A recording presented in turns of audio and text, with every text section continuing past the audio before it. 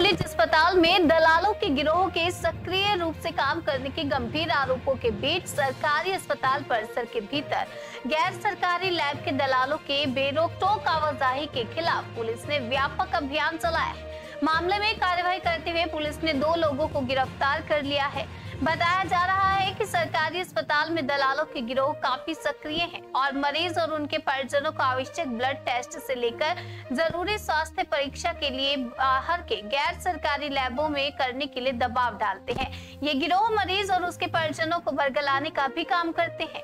ऐसे ही एक मामले में पुलिस ने जबरन कार्रवाई करते हुए उस गिरोह के 2 लोगों को गिरफ्तार कर लिया है।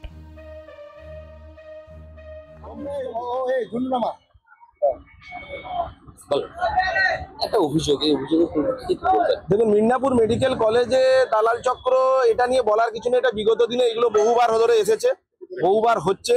সমস্ত বিষয়তেই এই চক্র পুরো পশ্চিমবঙ্গ ব্যাপী সক্রিয়।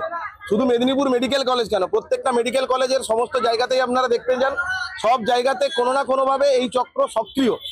এবং এই চক্রের জন্য আজকে স্বাস্থ্য পরিষেবা থেকে শুরু করে ন্যূনতম যে সমস্ত পরিষেবা মেডিকেল কলেজগুলোতে বা মেডিকেল কলেজ সংলগ্ন ব্যাপারগুলোতে দরকার, সেগুলো মানুষ পায় না। মানুষ প্রতারিত হচ্ছে প্রতি মুহূর্তে, প্রতি সময়।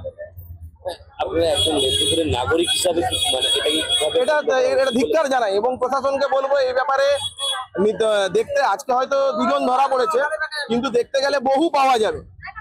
প্রতি মুহূর্তে প্রতি জায়গাতে যদি ঠিক করে দেখা যায় বহু পাওয়া যাবে এবং সেটার জন্য প্রশাসনকে সক্রিয় হতে অনুরোধ করব।